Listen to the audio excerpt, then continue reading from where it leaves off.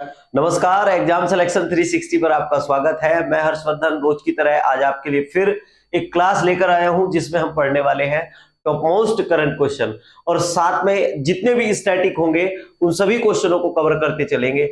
जितने भी आज हाल फिलहाल में एमटीएस के पेपर हो रहे हैं उनमें जो क्वेश्चन आ रहे हैं उनको साथ लेकर चलेंगे। रोज की तरह सबसे पहले हम आज पढ़ेंगे आज के कुछ ऐतिहासिक बिंदु के बारे में कि आज की कुछ ऐतिहासिक घटनाएं क्या रही हैं। देखो, आज ही के दिन क्या हुआ था, 1240 में क्या हुआ था, आपको पता होगा कि भारत की एकमात्र शासिका जो बनी है उनका नाम क्या है, रजिया सुल्तान है।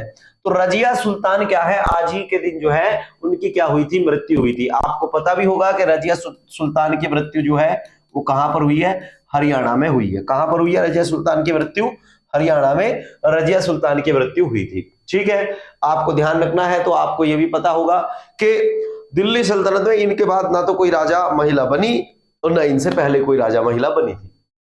अगला बहुत महत्वपूर्ण क्वेश्चन है कि गदर पार्टी से कई बार जो है आपसे डायरेक्ट क्वेश्चन आएगा कि गदर पार्टी के संस्थापक कौन है। तो आपको इस वे में ये वाला क्वेश्चन ध्यान रखना है कि गदर पार्टी के जो संस्थापक है उनका नाम क्या है, लाला हरदयाल है। और आज ही के दिन उनका 1884 में क्या हुआ था, जन्म हुआ था। इन्होंने 1913 के आसपास अमेरिका में क्या किया था, सैन फ्रांसिस्को के आसपास जो है क्या किया था, इन्होंने आपकी एक पार्टी बनाई थी जिसका नाम था क्या है, गदर पार्टी। और इसके अलावा ये आपका बहुत महत्वपूर्ण क्वेश्चन है कि आज ही के दिन 1956 में भीमराव अंबेडकर ने अपने लगभग 4.25 लाख अनुयायियों के साथ क्या कर लिया था, अपना हिंदू धर्म त्याग कर बौद्ध धर्म को क्या कर लिया था, ग्रहण कर लिया था। ठीक है, तो लगभग आप ध्यान रखना 4.25 लाख लोगों के साथ गौतम बुद्ध ने क्या कर लिया था, सॉरी अंबेडकर ने गौतम बुद्ध के द्वारा चलाया गया बौद्ध धर्म अपना लिया था। इसके अलावा आपको पता होगा कि 1964 में मार्टिन लूथर किंग जूनियर को क्या दिया गया था, इनको शांति का नोबेल पुरस्कार दिया गया था। जब ये 32 साल के थे तो इन्होंने क्या किया था, छुआछूत और वहां पर अनटचबिलिटी या आप कह सकते हैं कि जो काले गोरे का जो भेद है उसके लिए बहुत बड़ा इन्होंने अमेरिका में एक आंदोलन चलाया। उस आंदोलन से वहां पर शांति स्थापित हुई और उसके लिए जो है 1964 में मार्टिन लूथर किंग को क्या किया गया था, मार्टिन लूथर किंग को वहां पर शांति का नोबेल पुरस्कार दिया गया था। अब की बार अगर आपको पता हो तो आपको पता भी होगा कि शांति का नोबेल पुरस्कार 2024 में कहां की संस्था को दिया गया है। तो आप बताओगे सर, जापान की संस्था को दिया गया है। और ये जापान की संस्था क्या काम करती है, जापान की संस्था काम करती है कि परमाणु युद्ध से क्या क्या हानियां होती है उन हानियों के बारे में बात करती है। आज की पहला क्वेश्चन देखते हैं। बहुत बड़ा एक क्वेश्चन है, इंपॉर्टेंट क्वेश्चन है, जितने भी आप पेपर देने जाओगे उसमें आपको मिलेगा। दरअसल क्या है कि बाबा सिद्दीकी जो एक प्रसिद्ध राजनेता थे, इनकी हाल ही में हत्या किस गैंग के द्वारा कर दी गई है। दरअसल ये पहले क्या थे कि इन्होंने अपना जीवन लगभग 45 से 47 साल जो है इन्होंने अपना जीवन जो है वो कांग्रेस के साथ जो है बिताया। कांग्रेस के साथ इन्होंने अपना जीवन बिताया है। 3 बार विधायक भी रहे हैं, 1 बार मंत्री भी रहे हैं। और ये ज्यादातर मुंबई क्षेत्र में जो जितनी भी बड़ी हस्तियां हैं बॉलीवुड की, उन सभी बॉलीवुड की हस्तियों को दोस्ताना संबंध के लिए ये जाने जाते थे। तो अभी क्या हुआ है कि एक व्यक्ति है जिसका नाम है लॉरेंस बिश्नोई। इस लॉरेंस बिश्नोई की गैंग ने क्या कर दिया है, ये जो प्रमुख राजनेता है इनकी गोली मारकर हत्या कर दी है। जब ये जो है एक कार्यक्रम में जा रहे थे तो उस समय इनको गोली मार दी गई। 40 दिन से ज्यादा से इनकी जो है लॉरेंस बिश्नोई गैंग के लोग रेकी कर रहे थे और मौका पाकर उन्होंने इन पर गोलियां चलाई। 3 गोलियां इनको लग गई और 3 गोलियां लगने के बाद क्या होता है, इनकी तत्काल ही मृत्यु हो जाती है। कुछ बात करते हैं तो मैंने बताया है कि इन्होंने अपनी शुरुआत आईएनसी के साथ की थी और खास बात यह थी कि अब वर्तमान में ये राष्ट्रवादी कांग्रेस शरद पवार गुट वाली जो अजीत पवार गुट वाली जो राष्ट्रवादी कांग्रेस है जिसको एनसीपी कहा जाता है। क्या कहा जाता है, एनसीपी। ये फरवरी 2024 में क्या हुआ था, एनसीपी में शामिल हो गए थे। किसमें, एनसीपी पार्टी में शामिल हो गए थे। इसके अलावा ध्यान रखना कि बाबा सिद्दीकी भव्य इफ्तार पार्टियों के लिए जाने जाते थे। जब रोजे चलते थे तो उस समय ये बहुत बड़ी बड़ी क्या करते थे, पार्टियां रखते थे जिनको इफ्तार पार्टियां कहा जाता है। तुम्हें पता भी होगा कि सलमान खान और शाहरुख खान के बीच में एक बहुत बड़ा मनमुटाव था और उनके बीच जो दोस्ती करवाने की जो प्रमुख भूमिका निभाई थी वो इसी आदमी के द्वारा निभाई गई थी। बाबा सिद्दीकी की अगर बात करें तो बाबा सिद्दीकी के राजनीतिक गुरु जो है संजय दत्त के पिताजी सुनील दत्त इनके राजनीतिक गुरु थे। इसके अलावा ध्यान रखना कि ये जो है बांद्रा पश्चिम से, कहां से, बांद्रा पश्चिम से जो है ये विधायक रहे हैं और महाराष्ट्र सरकार में ये मंत्री भी रहे हैं। महाराष्ट्र सरकार के बारे में मैं आपको कुछ चीजें बता देता हूं कि महाराष्ट्र राज्य ने जो है गाय को क्या किया है, गाय को राजकीय राजकीय पशु का क्या किया है, दर्जा दिया। महाराष्ट्र में आपको ध्यान रखना है कि महाराष्ट्र में भारत का पहला ऑक्सीजन पार्क जो है वो कहां पर खोला गया है, भारत का पहला ऑक्सीजन पार्क महाराष्ट्र में जो है कहां खोला गया है, पुणे में खोला गया है। आपको पता ही होगा कि पुणे एयरपोर्ट का नाम जो है हाल ही में बदला गया है और पुणे एयरपोर्ट का नाम बदलकर क्या कर दिया गया है, पुणे एयरपोर्ट का नाम बदलकर संत तुकाराम एयरपोर्ट, क्या कर दिया गया है, संत तुकाराम एयरपोर्ट जो है पुणे एयरपोर्ट का नाम बदलकर कर दिया गया है। इसके अलावा हाल ही में राहुल गांधी ने क्या किया है, महाराष्ट्र में शिवाजी की एक प्रतिमा का अनावरण किया है। अब अगले क्वेश्चन पर आते हैं। अगला क्वेश्चन क्या है, देखो ये क्वेश्चन बड़ा इंपॉर्टेंट है। हाल ही में विशाल कीड़ा एक खोजा गया है, एक विशाल कीड़ा खोजा गया है, ये किस युग में रहता था? दरअसल क्या है, यहां तो ये 2 से में लिखा हुआ है, दरअसल मैं आपको बताऊं तो एक कीड़ा खोजा गया, कीड़े का मतलब है इंसेक्ट्स, एक कीड़ा खोजा गया है और वो कीड़ा जो है अभी तक आप समझो तो ये दुनिया का क्या है, दुनिया का सबसे बड़ा कीड़ा है, सबसे बड़ा कीड़ा है। अब इसकी बात करें कीड़े की, तो ये कीड़ा कौन से युग का है और उसके बारे में डिटेल से बात करेंगे। तो सबसे पहले अगर बात करें तो इसका आंसर आ जाएगा कार्बोनिफेरस युग। कार्बोनिफेरस युग में क्या है कि कीड़ा पाया गया है उस युग का जिसका नाम है आर्थोप्लूरा कीड़ा। ये जो है क्या है कि ये 10.5 फुट लंबा कीड़ा था, 10.5 फुट लंबा जो है इस कीड़े की लंबाई जो है वो क्या है, कीड़े की लंबाई क्या थी, 10.5 फुट थी और इसके टोटल 88 पैर थे। इसके पैरों की संख्या अगर बात करें तो पैरों की संख्या कितनी थी, इसके 88 थी। आज से लगभग 30 करोड़ साल पहले यह धरती पर रहा करता था।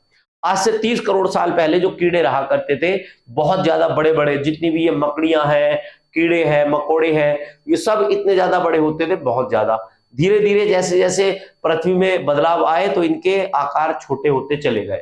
फ्रांस के वैज्ञानिकों ने आर्थोप्लूरा के संरचना को तैयार किया है और आपको ध्यान रखना है कि इसका आर्थोप्लूरा का जो सिर बनाया है, आपको ध्यान रखना है कि आर्थोप्लूरा का जो सिर बनाया है वो फ्रांस के वैज्ञानिकों द्वारा ही बनाया गया है। कार्बोनिफेरस की अगर बात करें तो कार्बोनिफेरस आपका क्या है, आपको दिख रहे होंगे, ये आपका युग है कार्बोनिफेरस। कार्बोनिफेरस में आपको ध्यान रखना है कि ये दुनिया का सबसे पुराना युग माना जाता है। ये दुनिया का क्या माना जाता है, सबसे पुराना युग माना जाता है। और इस युग में क्या हुआ था कि जितने भी जो है आपके कोयले, जितने भी आपके कोयले हुए हैं, इनमें कोयलों का क्या हुआ है, कोयलों का निर्माण हुआ है। कोयलों के निर्माण होने की वजह से ही इसका जो है नाम क्या पड़ा है, कार्बोनिफेरस युग इसका नाम पड़ा है। ठीक है, कोयले में आपको पता है कि कार्बन होता है, उस वजह से इसका नाम कार्बोनिफेरस युग पड़ा है। ठीक है, ध्यान रखना, जितने भी कॉकरोच, ड्रैगन फ्लाई जो है ये अब से लगभग आप ये मान लो कि छोटे मोटे हाथी के बराबर जो है इनका आकार हुआ करता था। इसके महाद्वीप की अगर बात करें, पहले जो पृथ्वी है वो पृथ्वी अब गोल है, पहले भी गोल ही थी। अब आपको पता होगा कि पृथ्वी के जो कॉन्टिनेंट है कुछ इस तरीके से क्या है, पृथ्वी के कॉन्टिनेंट मतलब बटे हुए हैं। पहले क्या था कि पहले पृथ्वी जो है वो पूरे एक ही कॉन्टिनेंट में थी और उस कॉन्टिनेंट को जो है क्या कहा जाता था, उसको कहा जाता था पेंजिया। ठीक है, पेंजिया। उसके बाद ये 2 भागों में बट गई जिसको क्या कहा गया, गोंडवाना लैंड। ठीक है, क्या कहा गया, गोंडवाना लैंड। और उस गोंडवाना लैंड के समय जो है आपका एक टैथीज सागर था, वो धीरे धीरे डूबा और वहां पर क्या हुआ, एक पर्वत का निर्माण हुआ जिसका नाम क्या है, जिसका नाम है हिमालय पर्वत। क्या नाम है जिसका, हिमालय पर्वत है। तो आप ये समझना कि कार्बोनिफेरस वो वाला युग है जब पृथ्वी जो है अपने महाद्वीपों के रूप में, 7 महाद्वीपों के रूप में नहीं टूटी थी। अगले पॉइंट पर आते हैं, एक जोरासिक युग है। आपने बहुत सारी हॉलीवुड में मूवी देखी होगी, तो जोरासिक युग वो वाला युग है जहां पर आपके क्या रहते थे, आप कह सकते हैं ब्रांचियोसोरस और स्टेरोसोरस और आपके एलोसोरस डायनासोर, ये फेमस डायनासोर जो है वो जुरासिक युग में ही रहा करते थे। क्लियर है? ये जुरासी युग में रहने वाले आपके ब्राचियोसोरस, आपके स्टेगोसोरस और एलोसोरस, ये कुछ डायनासोर की प्रजाति हैं जो आपके जुरासिक युग में रहा करती थी। आपने हॉलीवुड की मूवी आई है काफी सारी, उन मूवियों में इनको सबको देखा भी होगा। अगले क्वेश्चन पर आते हैं। तो अगला क्वेश्चन क्या है? क्रिस्टेशियस युग।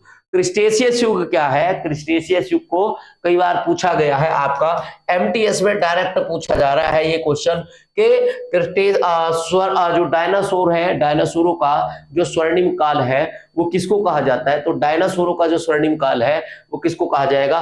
क्रिटेशियस युग को क्या कहा जाएगा? डायनासोर का स्वर्णिम काल कहा जाता है। इसको क्रिटेशियस युग को डायनासोर का स्वर्णिम काल कहा जाएगा।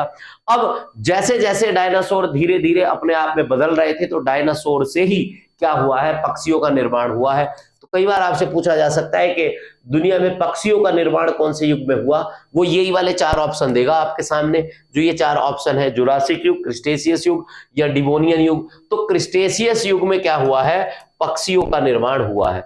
जितने भी समुद्री सरीसृप है, सरीसृप का मतलब है वो सारे जीव जो रेंग रेंग कर चलते हैं, उनको सरीसृप कहा जाता है। सरीसृप और अमोनाइट्स का विकास जो है वो जो है इसी समय हुआ है आपका क्रिटेशियस युग में। और इससे पहले जो है जो पौधे थे वो क्या थे? आपके फूलदार नहीं हुआ करते थे। क्रिटेशियस युग में ही पौधे जो है फूलदार हुए हैं। और क्रिटेशियस युग में जैसे अब आपकी पृथ्वी पर 21% ऑक्सीजन है, क्रिटेशियस युग की अगर बात करें तो उस समय ऑक्सीजन लगभग 50% के आसपास थी। इतना ज्यादा स्वच्छ जो है मौसम हुआ करता था। ठीक है, तो आप ध्यान रखना, जितने भी मैंने ये वाले क्वेश्चन बताए हैं आपको, ये बड़े इंपॉर्टेंट क्वेश्चन हैं कि क्रिटेशियस युग क्या है, तो आपको ध्यान रखना है कि इसमें पैदा क्या हुए हैं? फूल हुए हैं। जुरासिक युग जो है इसमें क्या है? इसमें ज्यादा डायनासोर है। क्या है? इसमें ज्यादा डायनासोर है। बट अगर डायनासोर का गोल्डन एरा जो है अगर कहा जाए, किसको कहा जाएगा? डायनासोर का गोल्डन एरा क्रिटेशियस युग है। डिवोनियन युग की अगर बात करें तो डिवोनियन युग वो वाला है जब आपके डायनासोर खत्म हो रहे हैं और उसके बाद पृथ्वी जो है नए जीव सरवाइव कर रहे हैं, वो वाला युग क्या कहलाएगा? वो युग डिवोनियन युग कहलाएगा। इसके बाद करते हैं कौन सी भारतीय कंपनी पर प्रतिबंध लगाया गया है। दरअसल अभी क्या हुआ, अभी मसला ये हुआ कि आपको पता होगा कि एक देश है जिसका नाम क्या है? इजराइल। एक देश है जिसका नाम क्या है? इजराइल। और एक देश है जिसका नाम क्या है? ईरान। अब इजराइल जो है वो ईरान के साथ उलझा हुआ है। तो दुनिया में जब इजराइल क्या कर रहा था? कुछ छोटे छोटे आतंकी समूहों को मार रहा था, तो सारी दुनिया जो है क्या कर रही थी? उसका विरोध कर रही थी। अब ये ईरान ने क्या किया है? ईरान ने जब इजराइल पर मिसाइलें छोड़ी हैं, तो जिस जिस देशों ने इस चीज का विरोध नहीं किया, उस देश की जो अंतरराष्ट्रीय तेल कंपनियां हैं, उन तेल कंपनियों को अमेरिका ने बैन कर दिया है। तो इसमें भारत की एक तेल की अंतरराष्ट्रीय कंपनी है जिसका नाम है गब्बारो शिप सर्विसेज।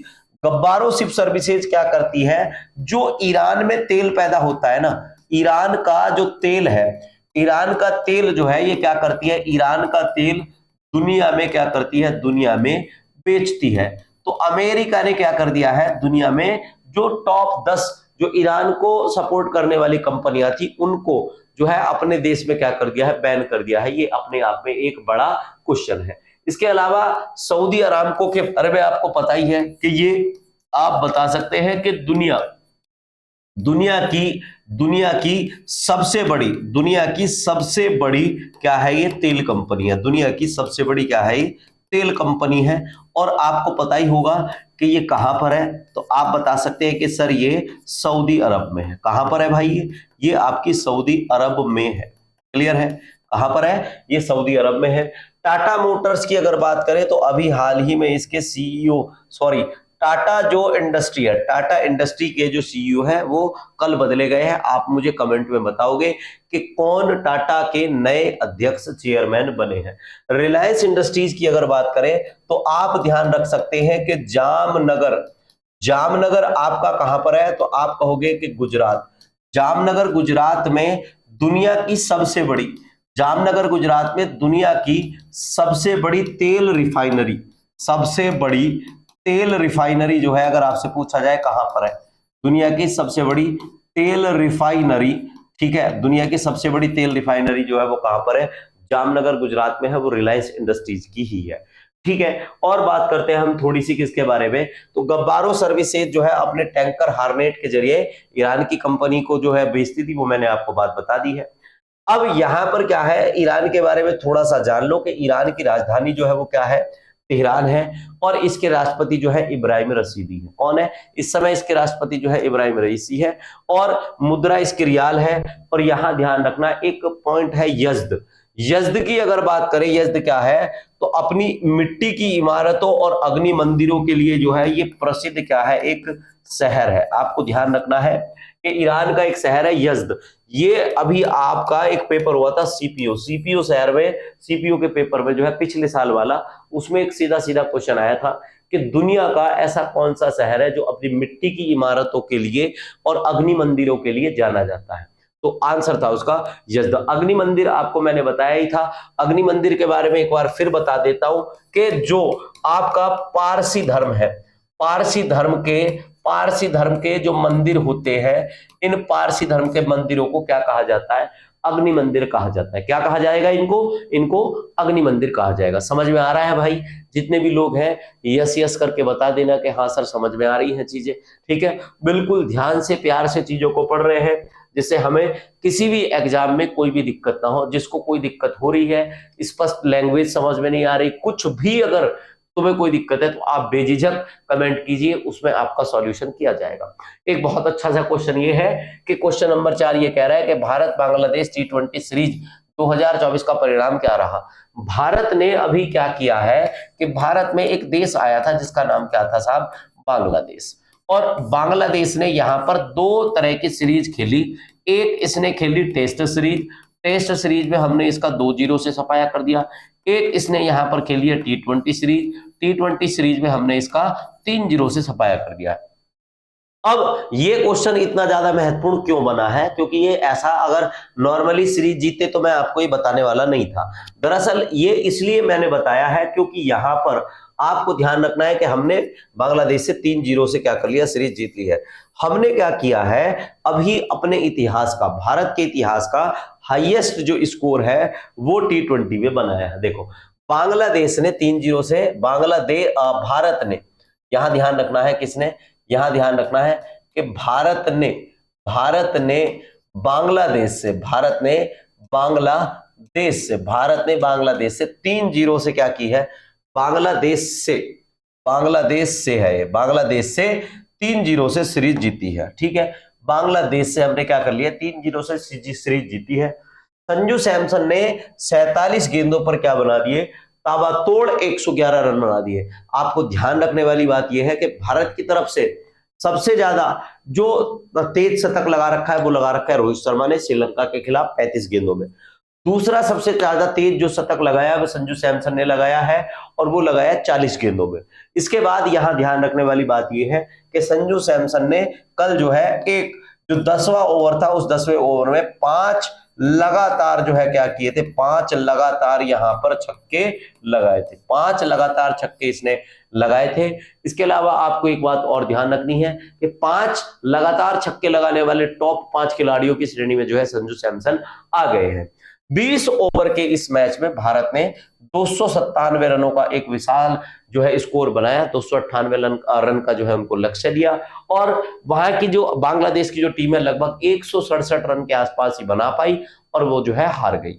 इसके अलावा इसमें मैन ऑफ द सीरीज का जो अवार्ड है वो किसको दिया गया, हार्दिक पांड्या को दिया गया, क्योंकि हार्दिक पांड्या ने हर मैच में रन बनाए और हर मैच में जो है क्या लिए हैं, विकेट लिए हैं।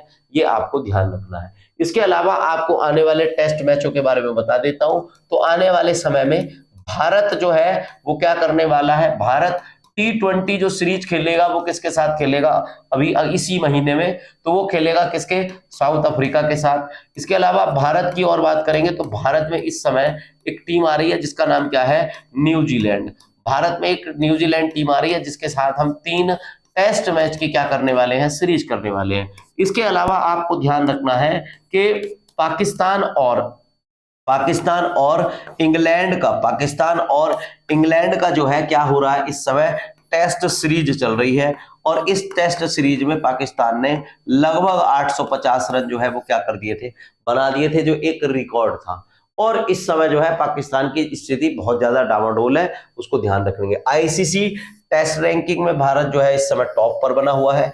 T20 वनडे सब में जो है नंबर 1 टीम अगर कोई है तो वो कौन सी है, भारत है। अगले क्वेश्चन पर आते हैं। अगला क्वेश्चन क्या है, नेपाल के किस किशोर ने दुनिया के सभी 1000 जो है 8000 सभी 8000 मीटर ऊंचे पहाड़ों पर चढ़ने का रिकॉर्ड बना दिया है। दुनिया की जितनी भी सभी 14 जो है 8000 मीटर जो चोटी है, 8000 मीटर ऊंची पहाड़ों पर चढ़ने का रिकॉर्ड बना दिया। ये आपको बता दूं कि एक जो है नेपाल का लड़का है जो केवल 18 वर्ष का है और इसने दुनिया की जो टॉप मोस्ट 14 जो ऊंची चोटी है उन सभी 14 ऊंची चोटियों को क्या कर दिया है, इसने बना दिया, जो है क्या कर लिया है, इसने फतेह हासिल कर लिया। इसका नाम अगर आपसे पूछा जाए क्या है, तो इसका नाम है निमा रिंजी शेरपा। निमा रिंजी शेरपा की अगर बात करें, आपसे पूछा जाए कहाँ का है, तो आप बता देना कि सर ये नेपाल का है। थोड़ी सी बात करते हैं कुछ चोटियों के बारे में। 18 वर्ष का है, ये ध्यान रखना, केवल 18 वर्ष का निमा रिंजी शेरपा है। ठीक है, 18 वर्षीय निमा रिंजी शेरपा ने क्या किया है, 8000 मीटर ऊंची सभी 14 चोटियों पर चढ़ने वाले सबसे कम उम्र के व्यक्ति बन गए हैं। इसके अलावा इन्होंने माउंट एवरेस्ट की जो है चढ़ाई की। माउंट एवरेस्ट आपको पता ही है कि माउंट एवरेस्ट जो है इसको माउंट एवरेस्ट की अगर बात करें, माउंट एवरेस्ट को क्या कहा जाएगा, तो आप कह सकते हैं माउंट एवरेस्ट की अगर बात करें, माउंट एवरेस्ट किसको कहा जाएगा, तो माउंट एवरेस्ट में आपको ध्यान रखना है कि नेपाल में माउंट एवरेस्ट को क्या कहा जाएगा, नेपाल में माउंट एवरेस्ट को कहा जाता है स्वर्ग का भाल। क्या कहा जाएगा, माउंट एवरेस्ट को कहा जाता है क्या, माउंट एवरेस्ट को कहा जाता है स्वर्ग का भाल कहा जाएगा। क्या कहा जाएगा, स्वर्ग का भाल कहा जाएगा। चलो पॉइंट कर रहे थे हम, इसको पढ़ रहे थे ना, इसी को पढ़ते हैं। तो इसमें आपको मैं बता रहा था कि माउंट एवरेस्ट के बारे में, तो माउंट एवरेस्ट जो है ये कहां पर है, माउंट एवरेस्ट को आप ध्यान रखना, दुनिया की सबसे ऊंची चोटी है, नेपाल में है। इसके अलावा दूसरे नंबर पर आती है K2। K2 जो है, ये K2 की अगर बात करें तो K2 जो है आपका पीओके वाले क्षेत्र में है और इसको आप ऐसे ध्यान रखोगे कि ये भारत की सबसे ऊंची चोटी है, भारत की सबसे ऊंची चोटी है, ये वाला क्वेश्चन ऐसे ध्यान रखोगे। तीसरे नंबर पर आती है कंचनजंगा। कंचनजंगा की अगर बात करेंगे तो कंचनजंगा आपकी कहां पर है, कंचनजंगा आपकी सिक्किम में है और ये भारत में सबसे ऊंची चोटी है, भारत में सबसे ऊंची चोटी है। भारत के अंदर सबसे ऊंची चोटी जो है आपसे पूछी जाए तो कौन सी है, कंचनजंगा है। लोहोत्से की अगर बात करें, लोहोत्से आपके जो है वो कहां पर है, ये आपकी चीन और नेपाल के बॉर्डर पर है। कहां पर है, ये चाइना और नेपाल के बॉर्डर पर है। मकालू की अगर बात करें, मकालू आपकी कहां पर है, नेपाल में है। और आपकी 6 नंबर की चो ओयू की अगर बात करें तो चो ओयू भी आपकी कहां पर है, नेपाल पर है।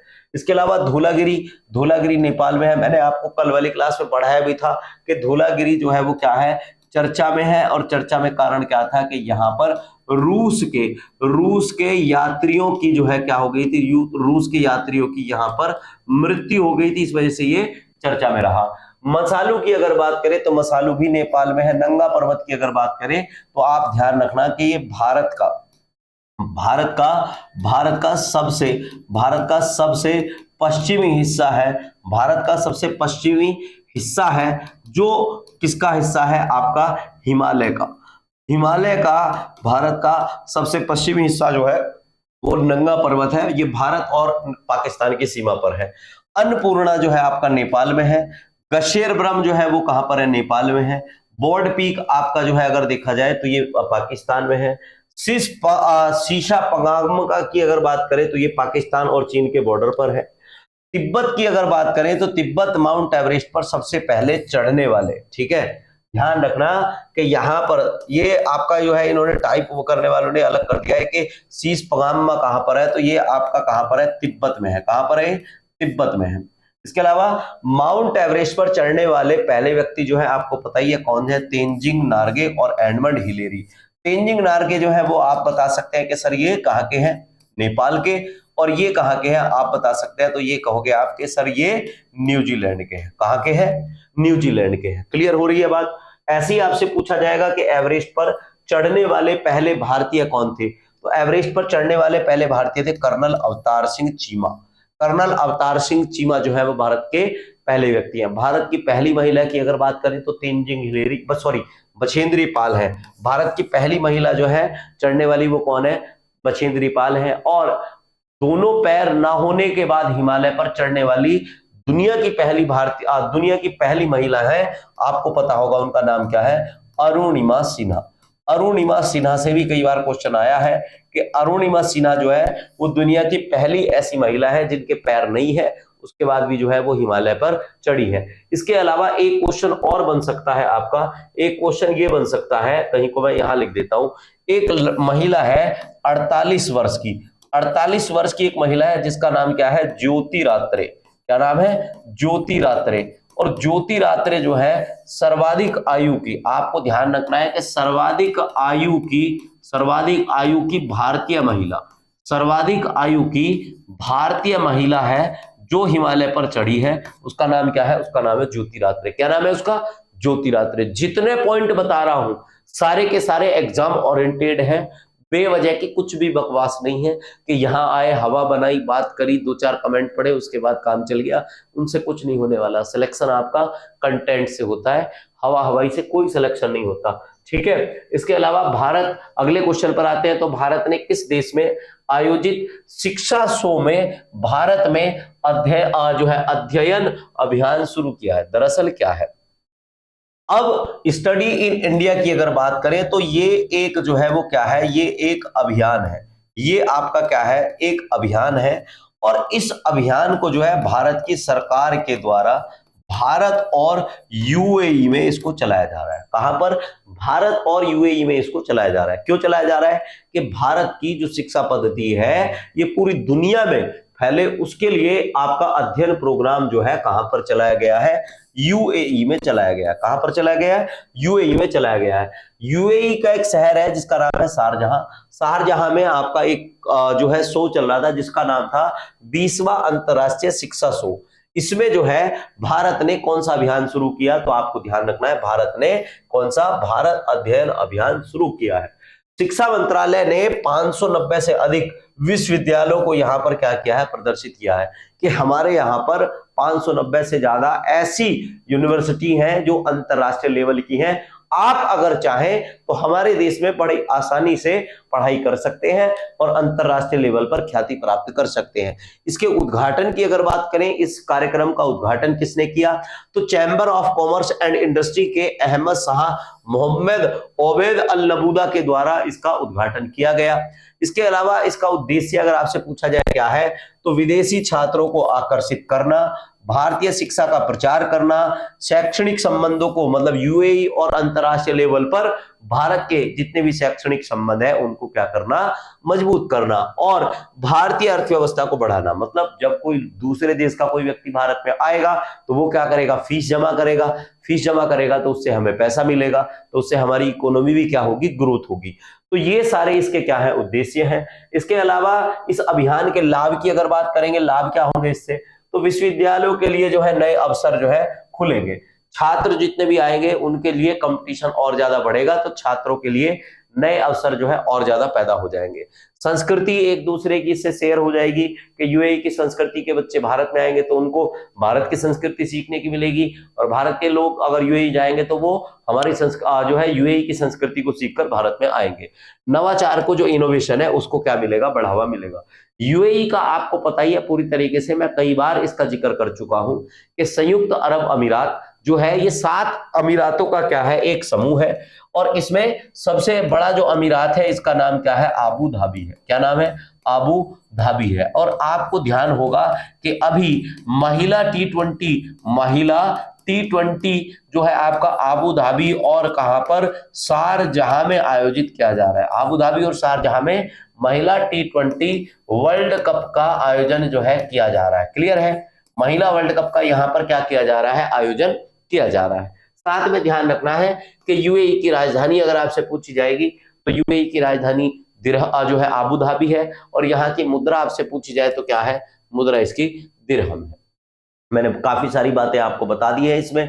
तो आप जो है ऐसी ही चीजों को सीखते रहें, समझते रहें, आपको सारे आंकड़े बड़े आसान भाषा में समझ आ जाएंगे। ऐसे ही मैं आपको बताऊं कि 2024 में फोर्ब्स इंडिया रिच लिस्ट में शीर्ष स्थान किसने किया है प्राप्त। देखो, अभी मैंने थोड़े दिन पहले आपको पढ़ाई थी एक हुरुन रिच लिस्ट, तो उसके हिसाब से जो है भारत का सबसे अमीर आदमी कौन है। हुरुन रिच लिस्ट के हिसाब से भारत का सबसे अमीर अगर एक नंबर पर है तो वो कौन था, आपका गौतम अडानी था। कौन था, गौतम अडानी जो है भारत का सबसे रिच लिस्ट था। दूसरे नंबर पर दूसरा आदमी जो था वो कौन था, आपका मुकेश अंबानी था। कौन था, मुकेश अंबानी था। बट अब हुआ क्या है, अब हुआ ये है कि अब ये फोर्ब्स इंडिया रिच लिस्ट, अब इसके हिसाब से भारत का नंबर एक जो आपका सबसे अमीर आदमी है उसका नाम है जो है मुकेश अंबानी। दूसरे नंबर पर आपका कौन है, दूसरे नंबर पर है गौतम अडानी। और इसमें महिलाओं में आपको ध्यान रखना है कि महिलाओं में सर्वाधिक जो है धनी वही महिला में सर्वाधिक सर्वाधिक धनी महिला, सर्वाधिक धनी महिला अगर आपसे पूछा जाए कौन है, तो सर्वाधिक धनी महिला आपकी जिंदल ग्रुप की चेयरमैन जिसका नाम क्या है, सावित्री जिंदल, वो क्या है, महिलाओं में सर्वाधिक धनी महिला है। इसके अलावा नोएल टाटा के बारे में अगर बात करें तो आपको पता ही होगा कि हाल ही में रतन टाटा की मृत्यु हुई, और रतन टाटा की मृत्यु के बाद वहां पर अध्यक्ष पद का जो है अध्यक्ष जो है वो पद खाली हुआ, और यहां पर नोएल टाटा को टाटा के नए चेयरमैन के रूप में बनाया गया। नए चेयरमैन जो है अगर आपसे पूछा जाए कौन है, तो नए चेयरमैन यहाँ के कौन है, नोएल टाटा है। तो इसमें आपको फोर्ब्स रिच लिस्ट में पहला स्थान किसको मिला है, मुकेश अंबानी को मिला है। सावित्री जिंदल के बारे में जरा थोड़ी सी और बात सुन लेना कि अभी हाल ही में हरियाणा में जो है वो क्या हुए हैं, हरियाणा में चुनाव हुए हैं, और हरियाणा में चुनाव हुए हैं तो यहाँ आपकी एक विधानसभा सीट है, हिसार विधानसभा सीट। हिसार विधानसभा सीट में आपको ध्यान रखने वाली बात क्या है कि यहां पर आपका हिसार विधानसभा सीट से जो है बिना किसी पार्टी के, मतलब अपने बलबूते पर जो है सावित्री जिंदल जो है वो क्या हुई है, अपनी एक विधायक बनी है। सावित्री जिंदल के बेटे जो है वो आपको पता ही है कि बीजेपी में है, पर अब की बार बीजेपी ने इसको टिकट नहीं दिया था, तो ये निर्दलीय जो है, आपको ध्यान रखना है कि ये कैसे निर्दलीय जो है चुनाव लड़ी थी, और निर्दलीय जो है चुनाव लड़कर यहां तक पहुंची है। मुकेश अंबानी का मैंने आपको बता दिया है, इनकी कुल संपत्ति जो है वो 11.95 बिलियन अमेरिकी डॉलर है। कितनी है, 11.95 अमेरिकी डॉलर के आधार पर ये सबसे रिच है। और इसके अलावा गौतम अडानी की अगर बात करें, सॉरी 119.95, और गौतम अडानी की जो संपत्ति है वो कितनी है, 116 बिलियन अमेरिकी डॉलर। तो ये दूसरे नंबर पर है, कोई खास ज्यादा फर्क है नहीं दोनों में। तो ये जो है जैसे इनके शेयर ऊपर नीचे होते रहते तो इनके क्रम कई बार बदल जाते हैं। तो फोर्ब्स इंडिया रिच लिस्ट जो है आपकी मैंने आपको बता दी है, क्लियर है। इसमें आपको 3 आदमियों के नाम ध्यान रखने हैं। भारत सरकार द्वारा महारत्न का दर्जा प्राप्त करने वाली एक प्रमुख जो है एक प्रमुख कंपनी कौन सी है, एक प्रमुख कंपनी कौन सी है, ठीक है। इसमें ध्यान रखना है कि भारत सरकार के द्वारा महारत्न का दर्जा प्राप्त करने वाली एक प्रमुख कंपनी कौन सी है। तो अभी हाल ही में क्या हुआ है कि गैर बैंकिंग वित्तीय कंपनी जिसका नाम है एनबीएफसी कंपनी को क्या किया गया है, इसको महारत्न कंपनी का जो है, किसका, महारत्न कंपनी का दर्जा दिया गया है। अभी अगर आप गूगल सर्च करोगे तो आपको गूगल पर केवल 13 महारत्न कंपनियां जो है लिस्टेड दिखाई देंगी। आपको पहले ही मैं आपको अपडेट कर रहा हूं कि कल जो है आपको जब न्यूज़पेपर आप पढ़ोगे तो उसमें आपको लिखा दिखाई देगा कि भारत को मिली 14वीं महारत्न कंपनियां। उससे पहले ही मैं आपको जानकारी दे रहा हूं। तो गैर बैंकिंग वित्तीय जो फाइनेंस कंपनी है जिसका नाम है एनबीएफसी जो है वो महारत्न कंपनियां बनी है। और इसके साथ जो है भारत में अगर आपसे पूछा जाए तो भारत में कुल जो है 14 जो है वो क्या हो गई है, महारत्न कंपनी हो गई है। कितनी, कुल 14 महारत्न कंपनी हो गई है। REC लिमिटेड, इसके बारे में आपको पता ही है कि ये भारत की सबसे नई कंपनी, सबसे नई जो है वो क्या है, नवरत्न कंपनी है, सबसे नई नवरत्न कंपनी है। और नवरत्नों की कंपनियों की संख्या जो है भारत में बढ़कर अब कितनी हो गई है, 25। पहले कितनी थी, 16 थी, फिर इसमें 20 हुई, बाद में इसमें 24 हुई, और लास्ट में इसमें जो नई नवरत्न कंपनी सबसे लास्ट में जो जुड़ी है उसका नाम क्या है, REC लिमिटेड, सबसे नई नवरत्न कंपनी है। भारतीय स्टेट बैंक के बारे में अगर आप बात करें तो ये भारत का सबसे बड़ा क्या है, बैंक है।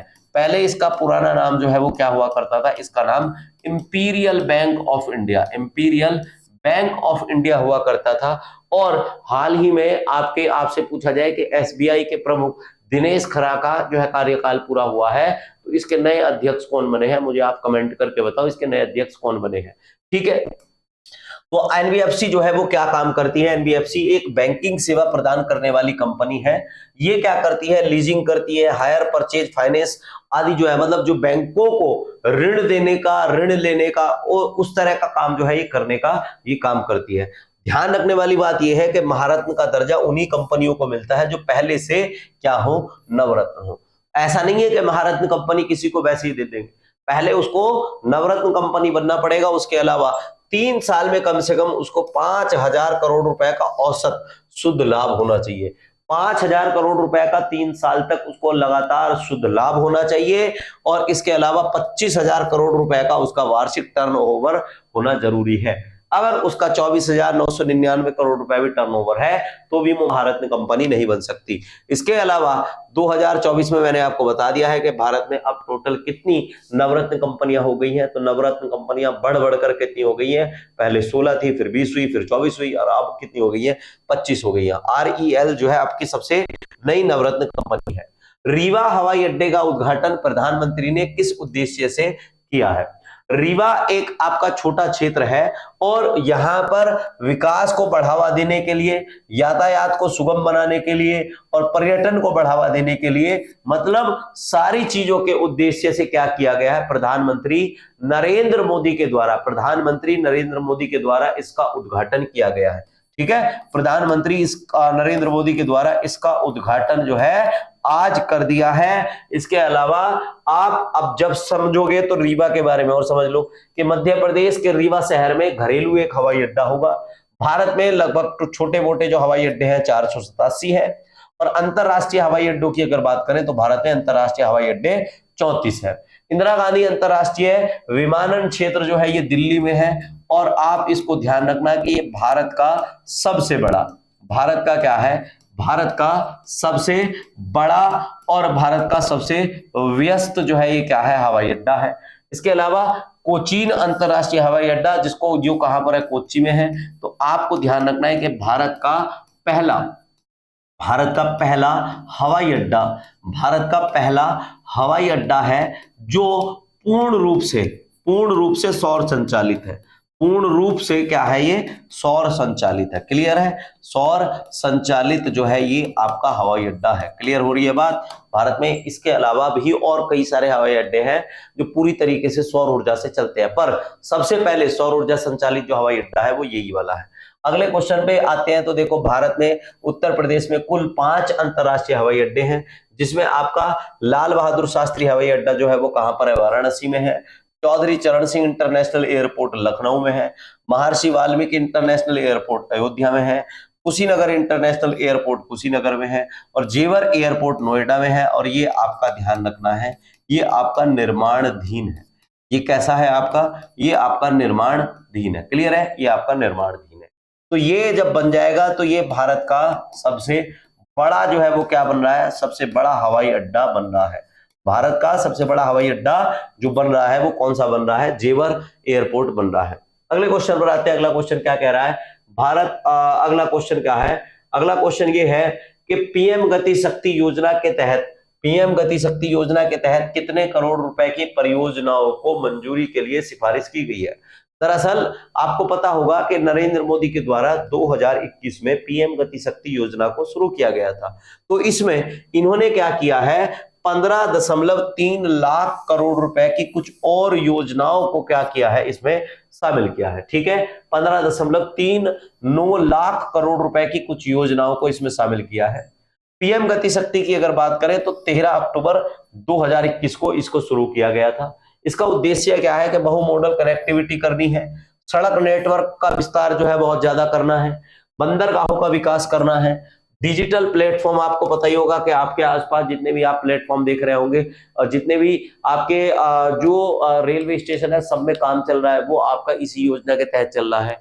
इंडस्ट्रियल कॉरिडोर आपके जो है बनने हैं। अभी हाल ही में भारत सरकार ने घोषणा की भी है कि 11 इंडस्ट्रियल कोर के लिए आपके जो है शहरों में जमीन वमीन सारी दे दी गई है, तो वो अगले 2 साल में बनकर तैयार हो जाएंगे। छठा नंबर जो है मतलब महत्वपूर्ण क्या है कि देश में ज्यादातर ऐसी एनर्जी को अब प्रोड्यूस करना है जो आपकी कैसी हो, सोलर एनर्जी हो। और सस्टेनेबल डेवलपमेंट के लिए जो है आपको बहुत बड़ा लेवल पर काम करना है। तो ये इस तरीके की एक योजना है जिसमें पीएम गति शक्ति के तहत जो है लगभग 34 से ज्यादा अलग अलग डिपार्टमेंट को जोड़ा गया है, जिसमें क्या किया जा सकता है, एक साथ ही सारी योजनाओं को जो है एक व्यक्ति देख सकता है। बहुत ज्यादा महत्वपूर्ण सारी चीजें मैंने आपको आज की क्लास में बताई हैं। बहुत शांति के साथ हमने सारी चीजों को पढ़ा है। अगर आप और ज्यादा अच्छी चीजों में कुछ इंप्रूव करवाना चाहते हैं तो आप मुझे बताइए, मैं इसमें इंप्रूव करूंगा और आपको सारी चीजें वो एग्जाम से रिलेटेड वो सारी चीजें बताऊंगा जो आपके एग्जाम में ही आती है। इसके अलावा उनका कहीं और रोल नहीं होगा। जीवन में जो एक क्वेश्चन तो ऐसा होता है जो जीवन से निर्धारित होता है, 9 क्वेश्चन आपके ऐसे होते हैं जो आपके एग्जाम ओरिएंटेड होते हैं। तो जीवन भी जरूरी है, एग्जाम भी जरूरी है। ये सारी चीजों को देखते हुए हम आपको रोज एक करंट का टॉपिक पढ़ा रहे हैं। तो रोज की तरह आप यहां तक अगर वीडियो देख रहे हैं तो आपका बहुत बहुत धन्यवाद। आज के लिए इतना ही, मिलते हैं कल फिर। एग्जाम सिलेक्शन 360 को अगर वीडियो अच्छी लग रही है तो सब्सक्राइब और शेयर भी कर दीजिए जिससे हमारा मनोबल बढ़ता रहे। ठीक है, आज के लिए इतना ही, मिलते हैं कल। धन्यवाद।